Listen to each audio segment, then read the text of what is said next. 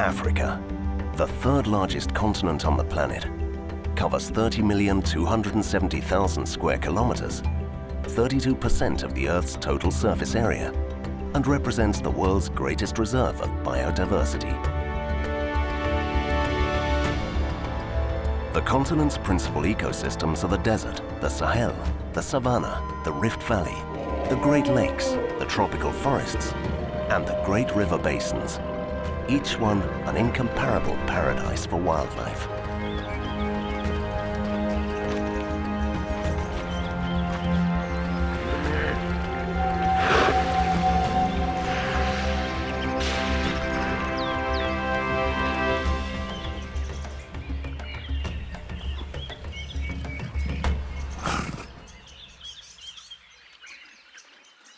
Africa is home to a quarter of the world's 4,700 species of mammal, including such fascinating animals as the hippopotamus, the lion, the leopard, the oryx, the giraffe, the wildebeest, the rhino, and the elephant.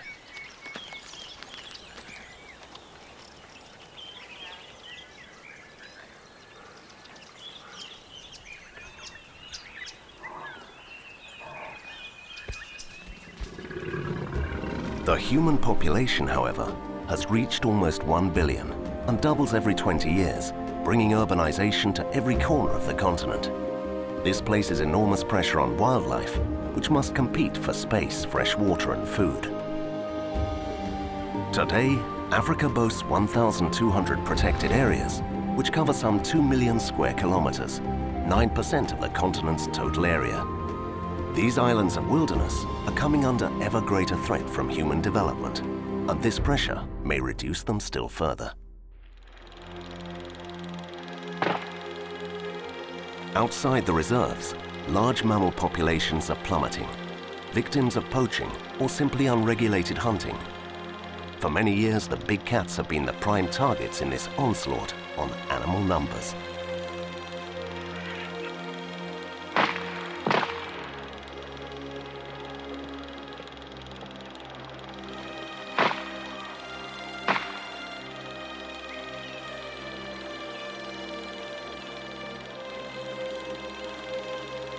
For decades, Africa was a killing ground for many of these species.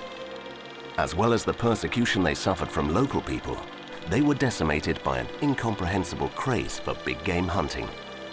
Today, these images seem shocking and saddening, but in the 70s and 80s, many tourists thought it acceptable and even admirable to hunt African wildlife.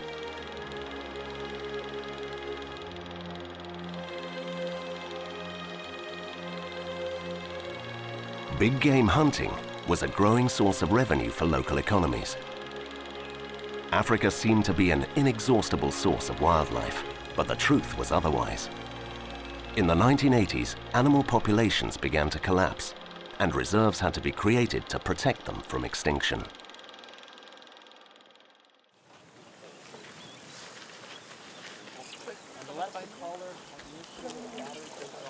Today, the most successful national parks cater to a thriving tourist industry that provides benefits to the local community. Yet outside these areas, the situation for wildlife is catastrophic. In Africa, a continent with relatively little industry, most of the population lives on the land, depending on crops and pasture, even where soil is of poor quality and water is scarce.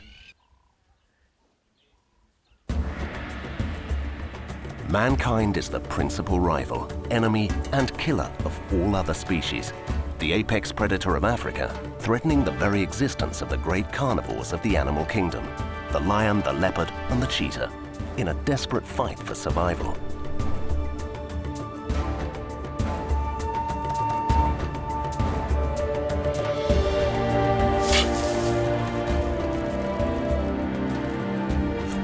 The big cats live in the shadow of this threat. Is this the end of the big cats?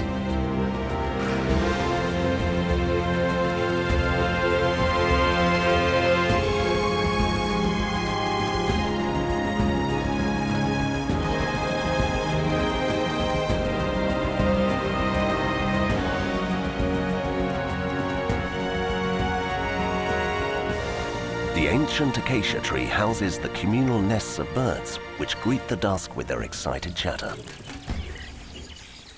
Down below, a fabulous animal, the lion, paces slowly, ruminatively exploring the territory.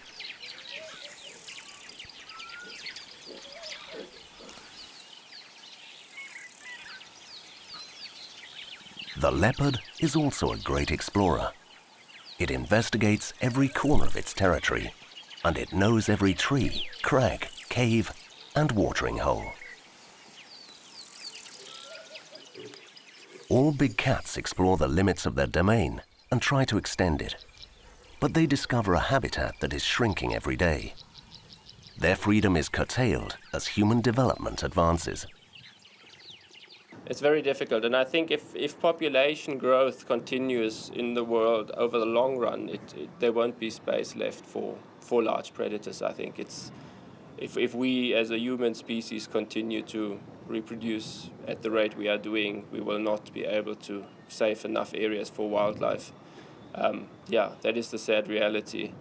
You need the governments of all the other countries to wake up and quickly, preserve some land.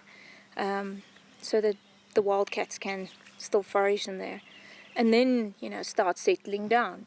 But you will have to do that, otherwise just open free roam, no, none. It will maybe 10 years and it will be nothing left. If one is a pessimist, or maybe there's a very fine line between pessimism and realism, but the reality of it is that if we don't do something now, we are going to lose them. This century, African wildlife, and with it the big cats, is at risk of disappearing forever. The lion population, once as high as 500,000, has fallen to an estimated 20,000 individuals today. The lion, defeated and humiliated, is reduced to pleading for clemency from its main predator, man.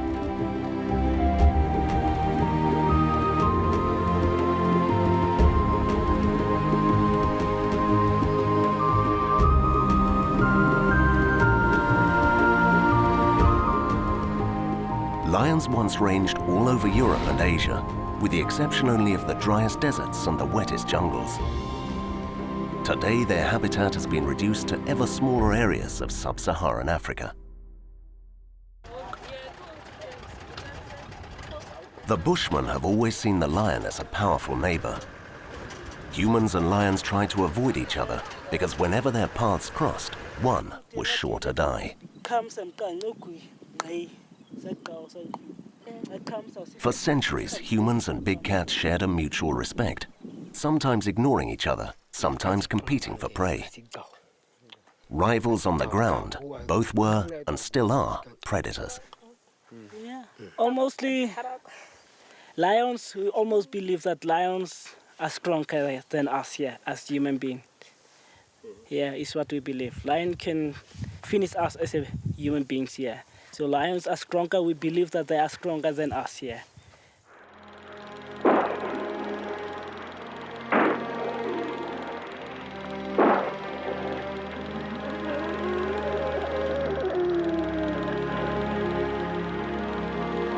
The lion's armor is useless against firearms. At the end of the 19th century, lions began to be exterminated, especially in the north of the continent. They were forced back to uninhabited areas in Central and Southern Africa, where their numbers continue to fall.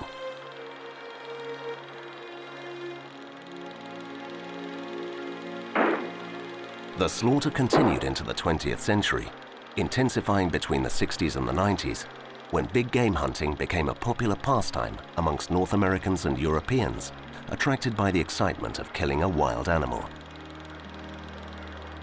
The heads, skins, paws, tails, and teeth of lions filled the trophy rooms of thousands of Western hunters who claimed that lion hunting was a heroic face-to-face combat in which man measured his strength against the king of the animal realm. But the idea of a contest between equals was a travesty. Lions never attack for pleasure, and their weaponry, teeth and claws, although powerful, is no match for a rifle bullet.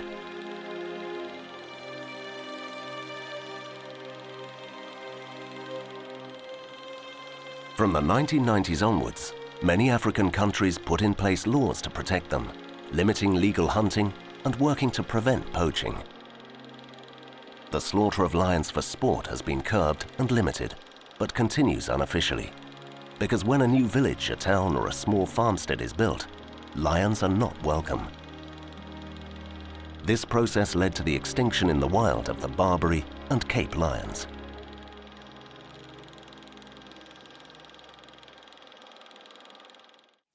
The lion's existence, like that of so many wild animals, is in our hands, now more than ever. Every lion that survives in the wild does so thanks to the support of conservationists, who work tirelessly to promote awareness of and tolerance for large predators. This fence was established in the 60s. And at that point in time, or prior to the building of this fence, this area of Namibia had foot and mouth disease. Possibly 600, 800, 1,000 lions in Namibia, that's all. About 130, 150 lions. For over 30 years, Tammy Hoth has been working at the AfriCat Foundation in northern Namibia. Say lions were to move this way, they're going to be shot. If they move out of Etosha, they're going to be shot. If they move this way, we're hoping that they're not going to be, because this is actually where they live freely. But we're looking at this low number of lions and... Her main task is to do everything possible to protect the lives of big cats, especially those that have come into contact with humans and have been shot either by poachers or farmers fearful for their stock. We need to go ground level with children, because they're our future farmers, teachers, politicians. They're the ones that are going to be able to manage what's going to happen to these animals later on. And then, of course, the people that are on the ground now, the farmer now. And that is where our research is so important, because we need to be able to tell the farmer on the ground, these animals are, there are only a few of them, this is their natural range, we need to find a way to live together. And of course, your farmer on the ground is the person that needs to make money now as we're speaking. And he also needs to see the value of these lions. Not only, you know, this inherent love for wildlife, which most of us are lucky to have been born with, or were able to grow up in that kind of atmosphere, which is of course helps you along the way. But for the people out there that are struggling to make an existence, be it commercial or communal farmer, if that lion has no value, it's going to go. For most farmers, this problem is not solved by educational campaigns that preach the essential goodness of wild predators, but by benefit programs that compensate farmers for the losses caused by big cats. Andreas Wieser says that farmers do not kill predators for sport, but because sometimes there is simply no other solution. We know how to handle those animals, we know how to live together with the animals, we know that we need those animals as well in our environment. And in the communal areas, you must take it like this. Their animals, the cattle, sheep and goats, is like a bank of money for them, because they don't bring the money to the bank. As more animals they've got around them, there they can show, this is my bank account. And if they need a little bit money, they will take out one, slaughter it and sell it, or slaughter it and eat it. That's how the communal farmers are working, because it's a tradition from them. We as commercial farmers, we see our animals, the domesticated animals, cattle and goats and sheep, as a money-making business. We have to make money out of them, put it onto the bank and do a business out of it. So there is that split coming. So if a lion or any predator comes into the communal area, it's like they're robbing their bank account.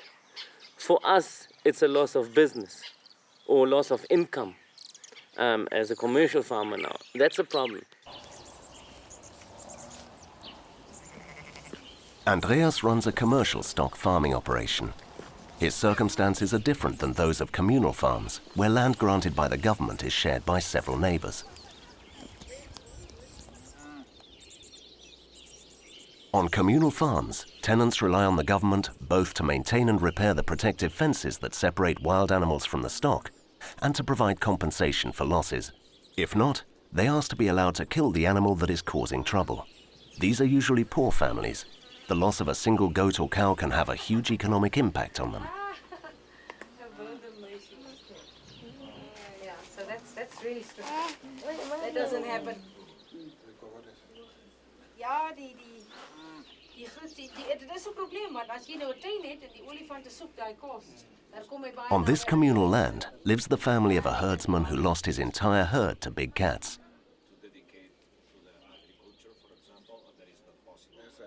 He was left without any stock to slaughter for food or to sell, and condemned to poverty. The AfriCat Foundation raised money for the family to buy 6 lambs and so restart their business. This has helped them to get back on their feet, but the problems do not end here. Now it's the elephants. This is the first time I've heard this. She said on Tuesday, 2 elephants killed a cow. It was sort of probably a frenzy type situation where they were in an This man is clear what he'll do next time he sees a big cat near his property. He will shoot to kill. Now there is a vast difference because of the animals and their behavior. For example, lions are the only sociable cat, and they're very sociable. So in most cases, lions are found in groups. And of course, that's the fear factor, because they're much bigger. On a one-on-one basis, if you were to try and defend yourself or protect yourself from a lion, the chances are pretty slim that you're going to survive, because it's such a big animal, and because they're usually in a group. Now, for a farmer to have a group of lions, some sub-adult males, let's take a small pride. An adult male of about 210, 215 kilos, a few females of about 120 to 160 kilos, and some sub-adults. So say you have a group of about 9, 10 animals on your property. It's daunting. And at the back of your mind, you know, how many head of livestock am I going to lose? So that's the one thing. Now, when you want to try and protect your livestock from lions, most importantly is you need strong and very high bomas or kraals. To protect your animals inside, strong so that they can't stampede out if they get afraid, and high so that the lions can't jump in. And of course the base has to be strong so they don't dig in. So that's your lion. And it's very, very difficult to farm livestock with lion on your property. Tammy Hoth has created a small sanctuary. She takes in wounded animals, providing a fenced habitat of 2 hectares or more per animal, where she cares for them until they can be reintroduced either into the wild or into a park. Some are lucky enough to settle into and accept their new home. Others do not, but will nevertheless remain there for the rest of their lives.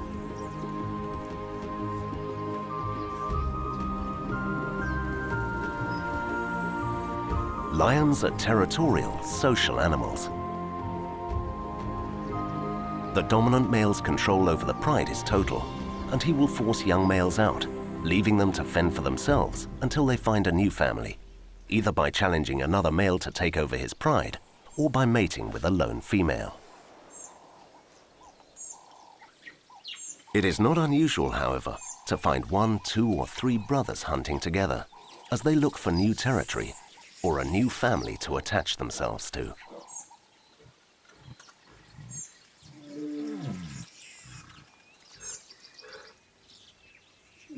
They cooperate, knowing that hunting together, they have a better chance of success than hunting alone.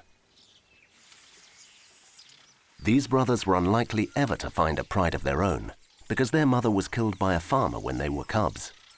Fortunately, the farmer did not shoot them.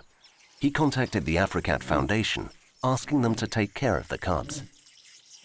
They grew up in direct contact with their keepers, until as they reached adolescence, they became too large and too dangerous, and they were shut up in the enclosure.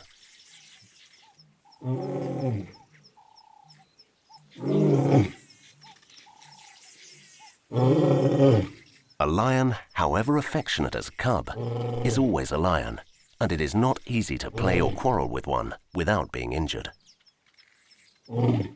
A fully grown adult can weigh up to 230 kilograms, and its canine teeth are over 8 centimeters long. They can be as calm and affectionate as house cats, but when stressed, hungry, or annoyed, they can be extremely dangerous.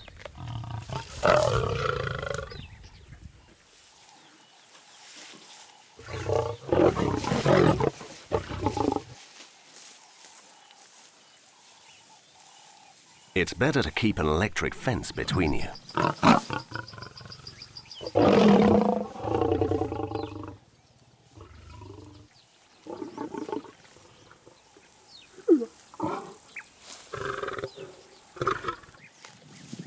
Lions, like people, can also suffer from psychological disorders. They can express their unhappiness as aggression when they find themselves living in limited space. Their psychological well-being depends on how they cope with life in captivity. Some lions and lionesses become resigned and accepting, but others never do and seem to long for freedom. Kom. Kom, kom, kom. Kom.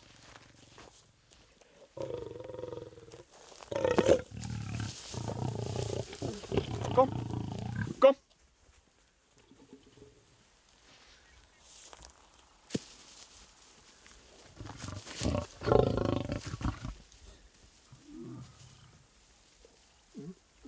We must realize that we cannot keep destructing habitat like we've done. You know, every single place we open a mine, we put up a nuclear power plant. We want to develop. And in those processes, we destroy habitat. And we forget that animals need habitat to survive. So the protection of habitat and looking at sustainable development and supporting the government in creating these big wildlife areas which are connected, I think is crucial in the long-term survival of the cats. This lioness seems reconciled. She enjoys her sunbath, completely relaxed. She is not troubled by the presence of humans in the distance or by the camera. She stares intently at us from time to time, pretending not to notice us, until finally she decides to wander away to stretch out in the shade. No one would think it was dangerous to approach her.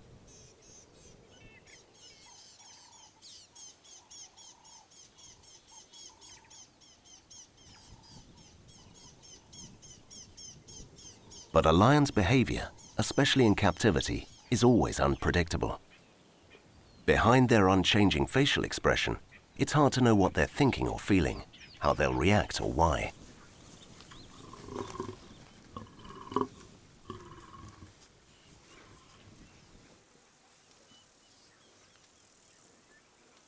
A lion can be lazy, curious, friendly, or aggressive. A lion's emotions are sometimes easy to read, based on the position of their body or the movement of eyes, tail, or lips, but sometimes they defy interpretation. This lioness is rarely aggressive, but one day launched a furious attack on the keeper's vehicle. It was an unexpected reaction, but one typical of a wild animal under stress. Living in captivity does not eradicate animal instincts.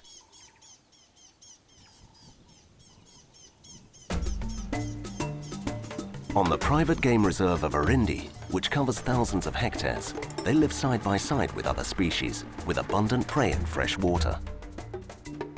But this is a controlled freedom. The rangers monitor many of the lions to follow their movements, and also to be able to locate them for the tourists.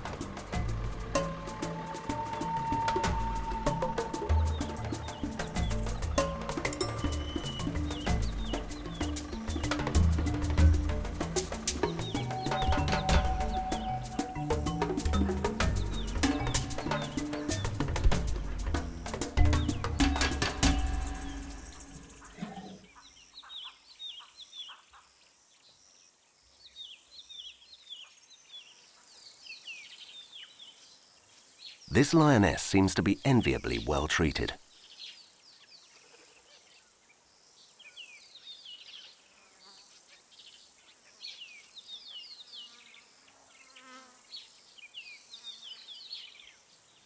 The lions are the most social of felines.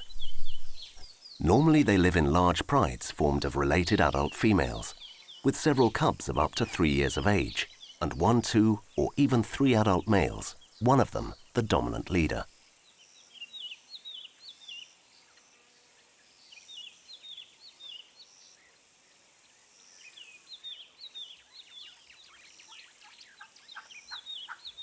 While the males are mainly concerned with protecting their territory from possible intruders, the females take care of the cubs and also hunt. A task for which the smaller, more agile females are better suited than the males.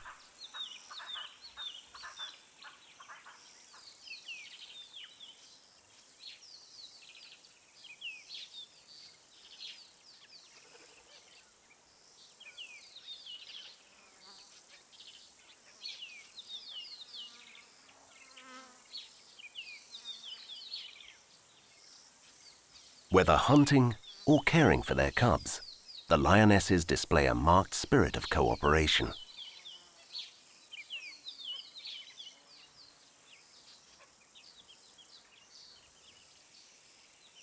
Watching the tenderness they show their cubs, no one would suspect the aggression with which lionesses will fight to claim their share of a kill or to defend their pride.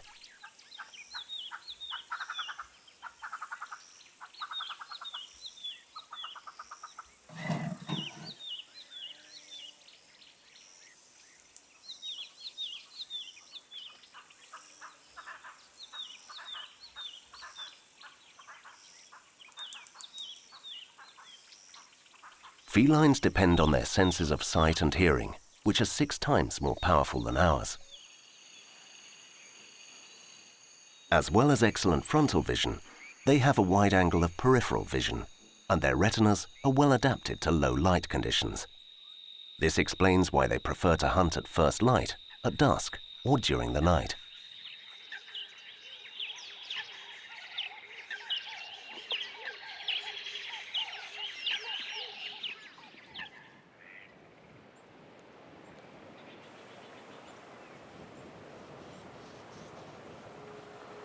The Etosha National Park is a 22,000 square kilometre island of natural wilderness in north-central Namibia. When it was created in 1907, it covered an area of 100,000 square kilometres, making it the largest wildlife reserve in Africa.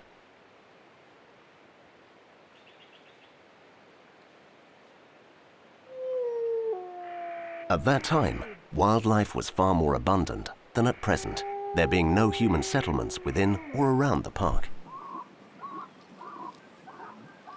In 1947 and in 1962, the area of the park was reduced to provide farmland for migrants, in particular those arriving from Angola. Etosha is an immense plain of marshes, savanna and scrubland, with diverse populations of mammals and birdlife, some of them unique to the region.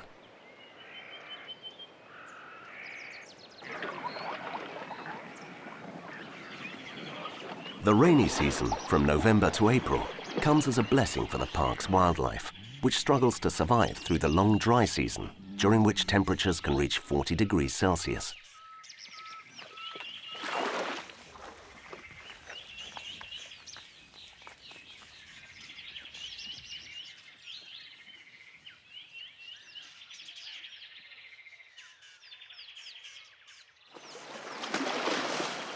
The water from the recent rains brings life to every corner of the park. A pair of elephants celebrate in a waterhole.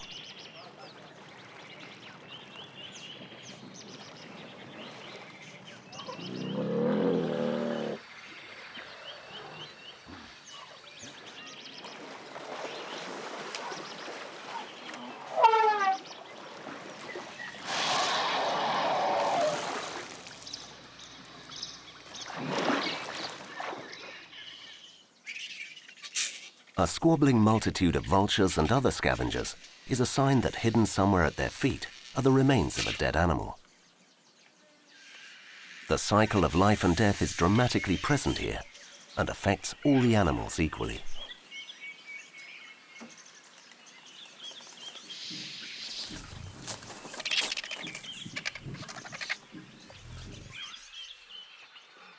This lion has had a busy night. He caught a zebra and within a few hours had eaten his fill. Accelerated breathing, a swollen stomach and half-closed eyes are sure signs that he is digesting a heavy meal.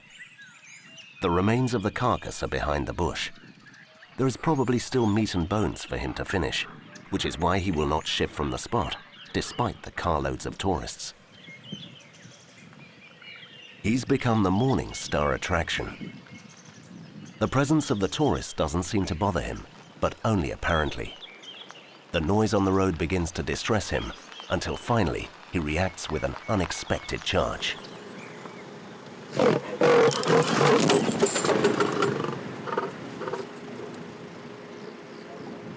The lion has no idea about the intentions of the tourists, but he doesn't trust them. He sees them as a threat.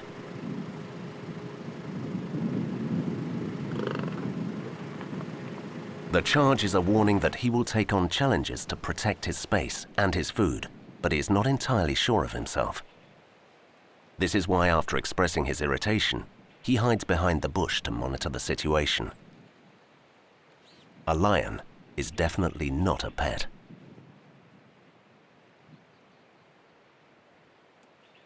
The other big misconception, I think, is people always think lions are pretty cute animals. They look at things like the Lion King movie or so and then think they are cute. And I mean, they are killer machines. If they go out and kill livestock or even humans, they are really dangerous animals. And that is what makes it really difficult to live with them. And I think in the Western world, you've got this conception of these pretty animals, and you've got a lot of these captive facilities where you can go and pet one and cuddle one. But the truth is they are really, really dangerous animals that are just made to eat meat, and they can't do other than that.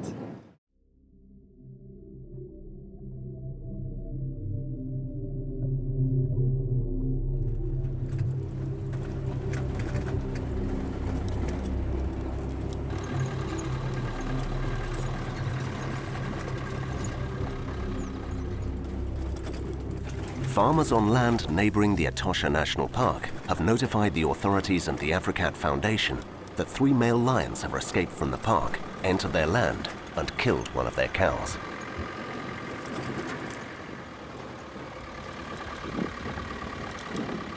The 3 lions are a real danger.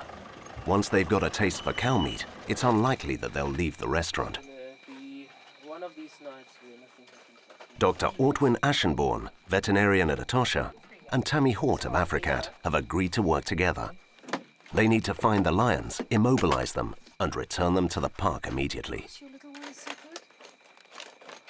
Ashenborn prepares the dart rifle and the doses of tranquilizer needed to put them to sleep.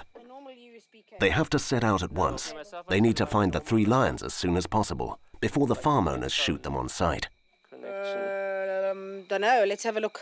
I don't think so. And your speakers, sorry, can you? Speakers can't know. They're connected to my sound system. The farmers have given the conservation groups 24 hours to remove the lions. When this is up, they will shoot the lions. They cannot risk having the lions kill more livestock or attack the farm workers. I think that will be better. It's going to be a long night. First, they must drive to the area where the farmers last saw them. We shoot off target.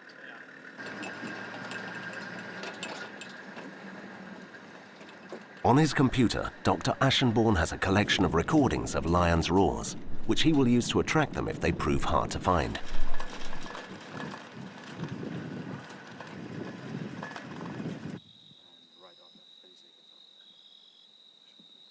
We meet 2 people that have been on the lookout all day. They tell us that by dusk, the 3 lions had not moved from the side of the cow they killed. They think the lions will continue to stand guard over the carcass, and this will make them more dangerous when we approach them. Okay. Well, we'll wait until you feel that you think that it's time to come in, and then either we fetch you, or Sydney comes in and goes back out again. We'll go, yeah. So my guys have a radio now. Dr. Ashenborn is worried about hitting all 3 targets in the darkness. If his shots miss, it would be a disaster, and he recommends that only 1 vehicle approach the lions if he is to immobilize all 3 successfully. Tammy recaps what has happened so far and what she hopes will happen next. the moment, we've had a lot of movement after dark, which is not ideal. But unfortunately, we had to wait for our vet to arrive from Okakwayo. Because this is a joint program together with the Ministry of Environment and Tourism and AfriCat, obviously we had to wait for the vet to arrive, and it took him 3 hours to get here. So this is a bit of the downside, but we are hopeful. We're hoping that they're going to return and that we will successfully collar them and be able to return them to the park before sunrise. 2 hours later, we're on the move again. Ashenborn has located the 3 lions and hit all 3 with tranquilizer darts. As well as the vehicles of the National Park team, the AfriCat Foundation and our own, we're joined by vehicles carrying farm staff.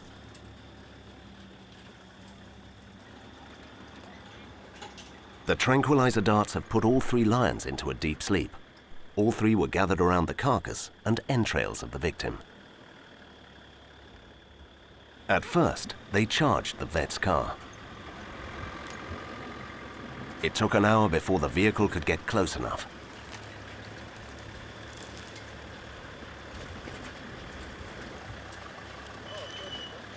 The collar's coming. Okay. The lions were guarding a feast fit for a king, an enormous cow weighing more than 600 kilograms. You need the back.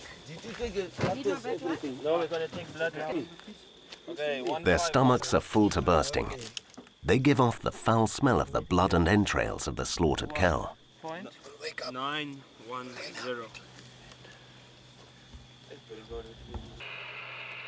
Ashenborn makes the most of the lions' immobility to examine them, take blood samples, and fit them with radio collars that will enable him to follow their movements.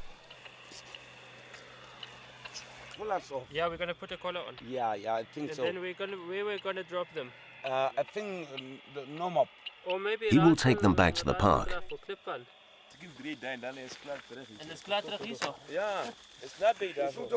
To avoid future problems, it is worthwhile to fit the collars so they can easily be located whenever necessary.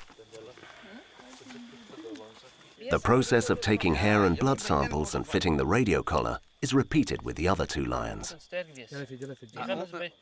Ons moet dan die karre bietjie naby bring. Dokter, hy ken mos. Een moet by jou kar gaan. Okay.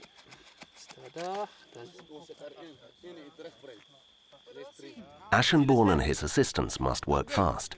The dose of tranquilizer will keep them under for around 2 hours, but this is too short a time for everything that must be done tonight.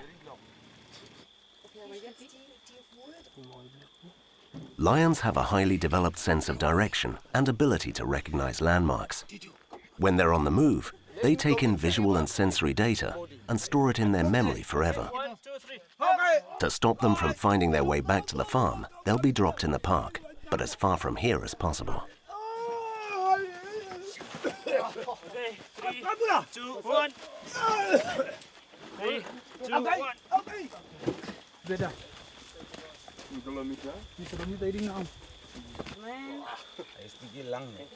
We wonder whether they'll return here.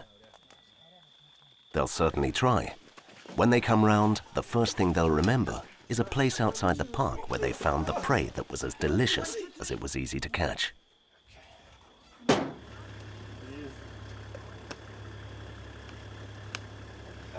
Sleeping. Sleeping. Can he reach the limit, Ben? We can reach the limit point. Okay. Let's see the one behind you. Yeah, bro. But now they have radio collars. It will be easy to predict their movements. The farmers can breathe easy.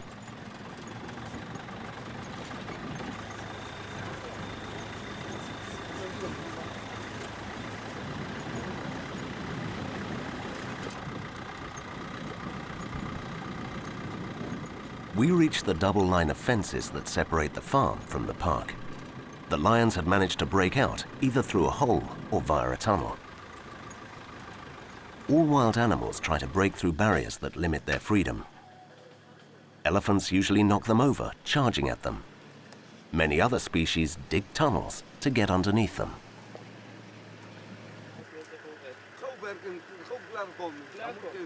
Ashenborn stops the convoy from time to time to ensure the lions are still unconscious and administers more tranquilizers if necessary.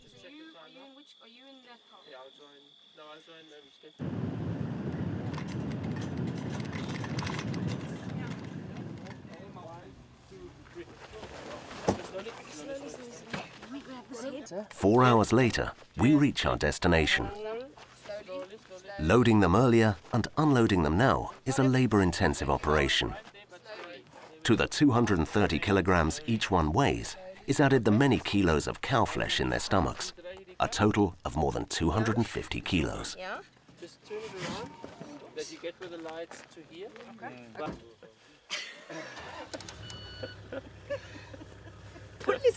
What? Is half awake. Yes, I don't know, Doctor. This one. Dr. Ashenborn administers the reversal dose to bring them round. 10 minutes later, they're opening their eyes. This is a male.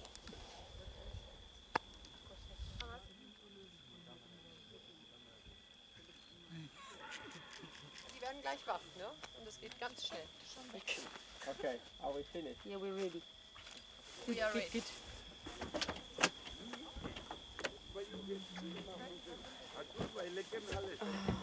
Had a topper. Two of them had a topper. Take them a little bit longer. We see them beginning to stir, still groggy. We try to disturb them as little as possible and not dazzle them with our lights. We watch an extraordinary scene unfold, one which demonstrates these animals' high levels of awareness and sensitivity. They seem fully conscious of their condition and what has happened. Each lion notices the presence of the others, seeks them out and communicates with them, finding out how they are. They use their voices and their senses of smell and of touch, showing a finely honed sensory awareness. They behave just as humans would in a similar situation. They ask their companions how they feel, then encourage them, helping them recover and regroup.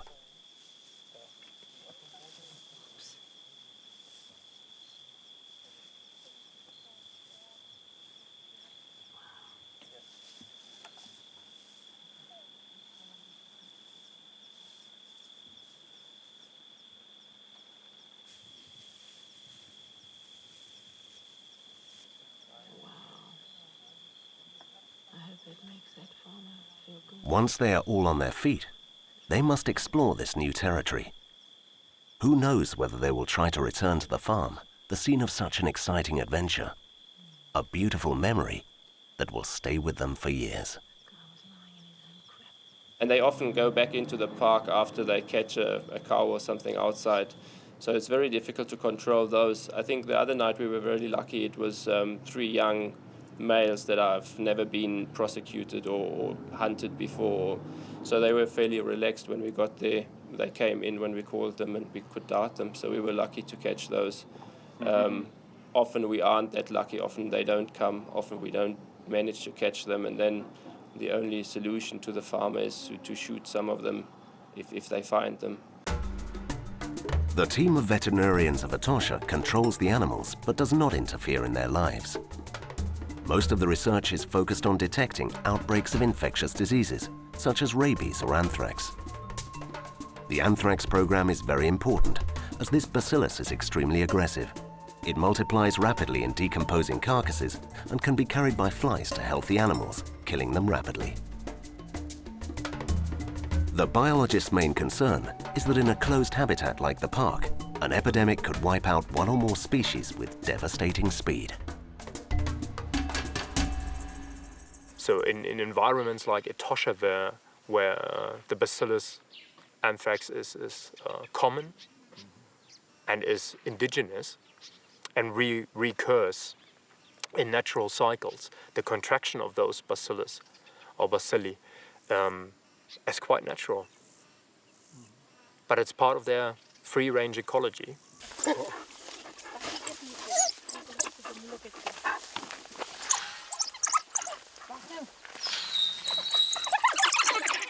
Vulnerability to certain diseases can be fatal for some species.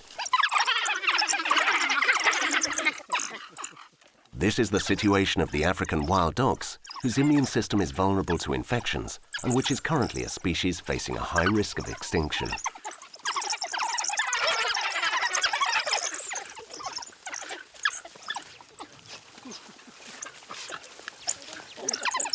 They live in tightly knit family groups. Any disease spreads relentlessly, infecting or wiping out the whole pack incredibly quickly. These 3 dogs are the only survivors of a disease that has already killed the other 12 members of their pack.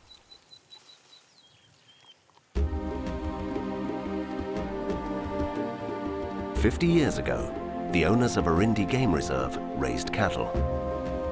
They first turned their land into a hunting reserve and later swapped the guns on their safaris for cameras. Biologist Natasha de Voronin is in charge of feline conservation at Irindi. Irindi is just a very special story because a number of years into the hunting, the owners of Irindi decided that they would like to 100% solely protect the wildlife in this reserve. And so they decided to move the hunting away completely and start using ecotourism as a way to bring money into this piece of land. So I think it's very important, and one of the keys to conservation is adding more land to the conservation areas that are existing. But one of the most important factors for this, I really believe, is that people must be incorporated. Farms must be incorporated, livestock must be incorporated. We all need to learn to live together. And the key is, as we were talking previously, is conservation, which is connecting up all the aspects of Africa, every single piece of it, and helping it to function together, helping every part to work together, people to live with predators, farmers to live with predators, livestock. And I think one of the keys to this is understanding the behavior of the predators as much as understanding the behavior of the farmer, for example. But the coexistence of humans and wild animals is never easy. Most people know very little about predator behavior, especially the big cats. Wow, we're getting closer. Okay, good. Actually, still hiding under the tree.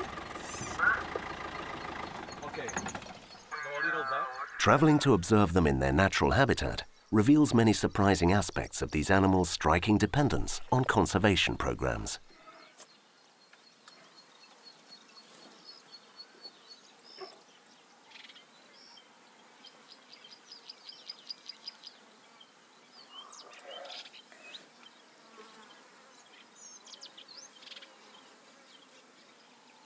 Lions avoid conflict with humans as long as they have a habitat large enough to provide them with water, food, and contact with other members of their own species.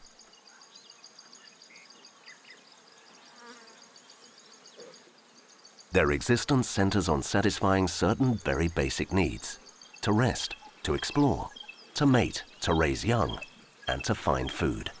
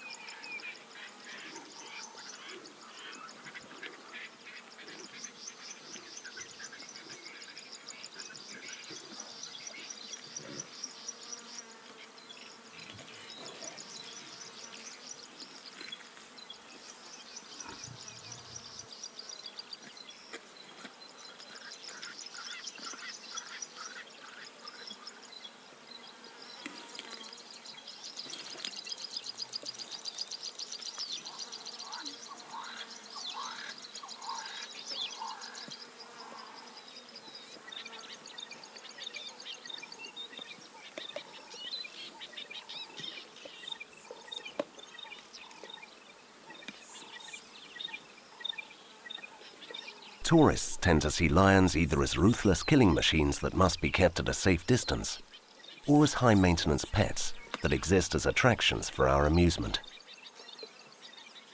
But neither is an accurate picture of an animal that is well able to distinguish what makes it happy and what it dislikes, an animal with its own personality and a keen intelligence.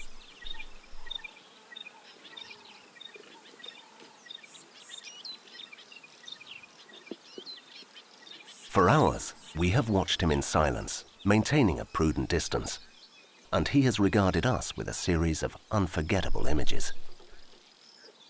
He has been aware of us at all times, And now he invites us to come with him.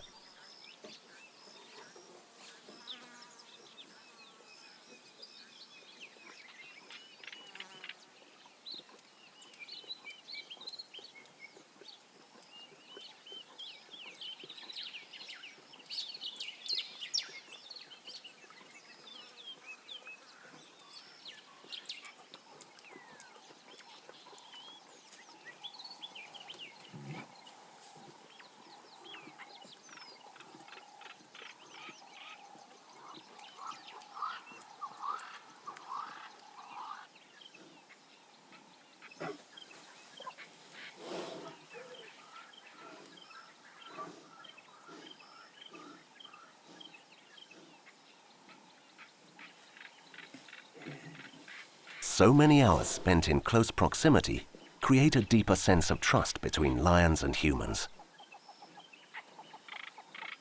Very nice. That's his brother. You can see now he's got a black mane. That's why we call him.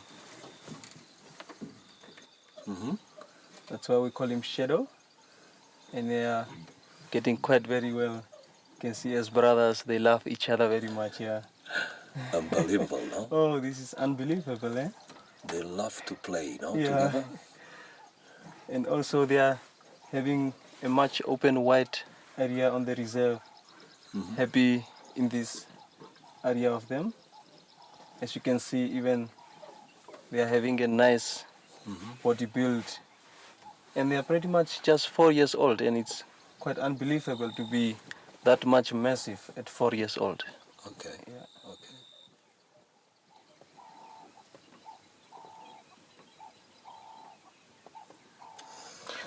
One of them must be the dominant male, no? Actually, when it comes to the females, you will see this one is much heavier than the other one. So Shadow is the one which will always dominate the other one, even when it comes to the females. He will be the one mating with the first female that will appear to come over them before the other brother of his might get a chance to mate with the females. Okay. So pretty much you will see he's came to call his brother now, and they should be probably moving for the night to somewhere else after they finish their kill now. Yeah. We can follow them no further. Night is falling on the Irindi Reserve, and the lions disappear into the undergrowth.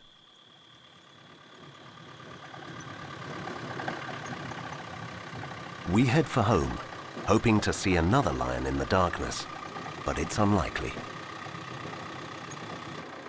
We've seen how the lion's day-to-day existence depends on our granting them their freedom without pressure. In the future, probably only a greatly reduced number of individuals will survive, perhaps no more than 10,000, living in natural reserves, open-air zoos catering to ecotourism, and photographic safaris. The lion will still be king, but his realm will no longer be the jungle or the savannah, but the online photo album. I think not in the next 10 years we will see no lions left, but you will have countries with like minimum of numbers, and especially in no parks. So if it's not a park, you're going to have no lions. So you need the governments of all the other countries to wake up and quickly, preserve some land so that the wildcats can still flourish in there. And then, start settling down. But you will have to do that. Otherwise, just open free roam? No, none. It will maybe 10 years and it will be nothing left.